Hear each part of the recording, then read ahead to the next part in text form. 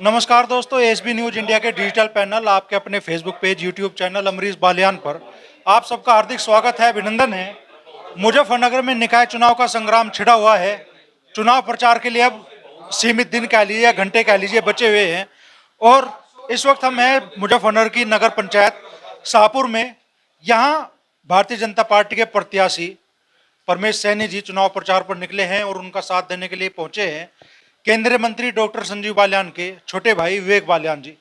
उससे भी बड़ी बात यह है कि शाहपुर के जो पूर्व नगर पंचायत अध्यक्ष रहे हैं आरिफ, ये उनके छोटे भाई डॉक्टर शाहिद सिद्दीकी जी का आवास है जिस पे ये चुनाव प्रचार करने के लिए पूरी टीम पहुंची है। तो विवेक भाई, किस तरह का माहौल आपको शाहपुर में देखने के लिए मिल रहा है? अमरीश भाई, शाहपुर में जो हमारे प्रत्याशी हैं और 5 साल चेयरमैन भी रहे भाई परमेश सैनी जी, उनके द्वारा जो विकास कार्य शाहपुर के लिए कराए गए, उनके विकास कार्यों के और उनकी छवि की वजह से पूरा शाहपुर आज के समय में भाई परमेश के साथ कंधे से कंधा मिला के अपना इलेक्शन सोच के इनका चुनाव लड़ा रहा है। हर धर्म, हर जाति, 36 बिरादरी के लोग भाई परमेश सैनी के लिए दिन रात एक कर रहे हैं और बहुत बड़े मार्जिन से परमेश सैनी जी की जीत होगी। अच्छा, आमतौर पर माना जाता है भाई, का प्रचारित भी किया जाता है विपक्षी दलों द्वारा कि भारतीय जनता पार्टी तो सिर्फ एक वर्ग विशेष तक सीमित है, एक तबका उपेक्षित है। और मैं आज देख रहा हूं कि आप शाहपुर में जिस तबके से कहा जाता है भारतीय जनता पार्टी की दूरी है मुस्लिम तबके से, उसी में अपना चुनाव प्रचार कर रहे हैं। एक तो मैं बात बता दूं अमरीश भाई, ये सब तो उन लोगों की कहीं ना कहीं एक चाल है जो लोग भड़का कर वोट काम करना चाहते नहीं और वोट लेते हैं। एक बात, अगर आप किसी भी योजना को देखें, चाहे वो प्रदेश सरकार की है चाहे केंद्र सरकार की है, चाहे आपके मकान की बात करें, इस शाहपुर में जितने मकानों का निर्माण परमेश सैनिक जी के कार्यकाल में हुआ है, नगर पंचायत चेयरमैन रहते, 70% मकान हमारे मुस्लिम भाइयों के बने हैं। अगर भारतीय जनता पार्टी एक वर्ग विशेष की पार्टी है तो सबसे ज्यादा लाभ क्यों मुसलमान भाइयों को मिल रहा है? चाहे राशन की बात करो आप, चाहे सिलेंडर की बात करो, हम सब लोगों को एक साथ लेकर चलने वाले लोग हैं। हम चाहते हैं कि इस कस्बे का सर्वांगीण विकास हो, उसमें सब लोगों की भागीदारी हो, अच्छे लोगों की। और ये तो मेरे घर का कस्बा है, यहाँ तो कोई इस तरीके की बात है ही नहीं। ये तो पारिवारिक कस्बा हमारा, हम बचपन से यहीं आते आए, सब लोगों से, सब धर्म में, सब बिरादरी में बैठते आए हैं। और आप देख रहे हैं सब धर्म, सब बिरादरी के लोग भाई परमेश सैनी के साथ लगे हुए हैं। जिनके निवास पर हम हैं उनके भी मन की भावना जानेंगे। डॉक्टर साहब, शाहिद सिद्दीकी वैसे तो राजनीति में एक बड़ा नाम भी है।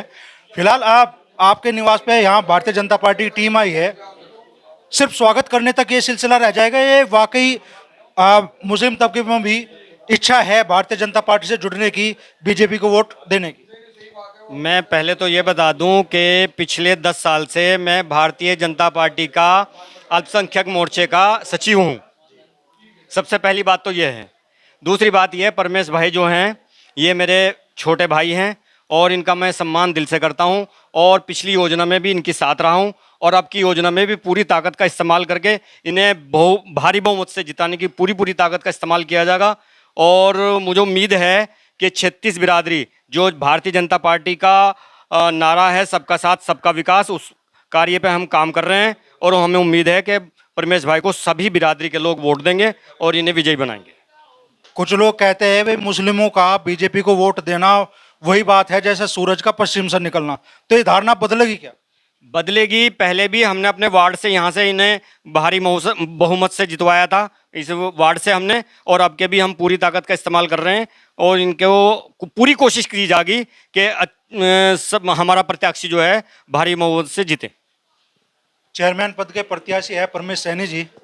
तो परमेश भाई, किन मुद्दों को लेकर इस बार आप चुनाव मैदान में उतरे? पहले तो जो आपके पिछले 5 साल का कार्यकाल रहा है उसमें जो बड़े बड़े विकास कार्य हो पाए शाहपुर में, थोड़ा उनके बारे में बताइए। देखिए अमरीश भाई, जो मैंने यहाँ सबसे बड़ी समस्या थी, यहाँ जाम की बहुत बड़ी समस्या थी, क्योंकि जब से मैंने होश संभाला, मैं भी यहीं बड़ा हुआ हूँ, जाम हमेशा यहाँ घंटों घंटों जाम लगता था। माननीय मंत्री जी ने आशीर्वाद दिया, विधायक जी के सहयोग से यहाँ चौधरी चरण सिंह चौक का निर्माण हुआ और जब से चौधरी चरण सिंह चौक बना, यहाँ जाम नहीं है जी बिल्कुल भी। चाहे कितना ही बड़ा साया हो, कितनी बड़ी भीड़ हो, जाम नहीं लगता। सबसे बड़ी दिक्कत थी यहाँ घूमने के लिए कोई जगह ऐसी नहीं थी, क्योंकि लोग सड़कों पर घूमते थे, कहीं एक्सीडेंट हुआ, कहीं हमारे लोग मृत्यु को प्राप्त हो गए।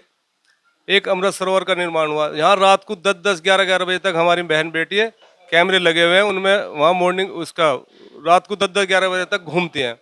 एक यहाँ बारात घर का निर्माण हुआ, यहाँ किसी गरीब बस्ती में बारात घर नहीं था।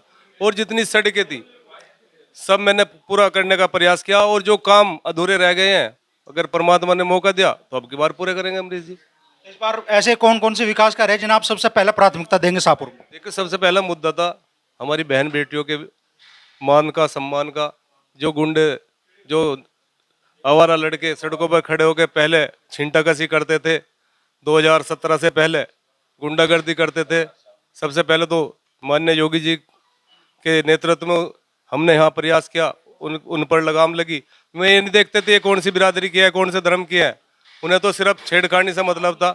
सबसे पहला मुद्दा तो ये है बहन बेटियों के मान सम्मान का, और दूसरी बात सबको पूरे, चाहे वो किसी धर्म का हो, सबको साथ लेकर चलेंगे और पूरे कस्बे का एक सर्वांगीण विकास करेंगे जी।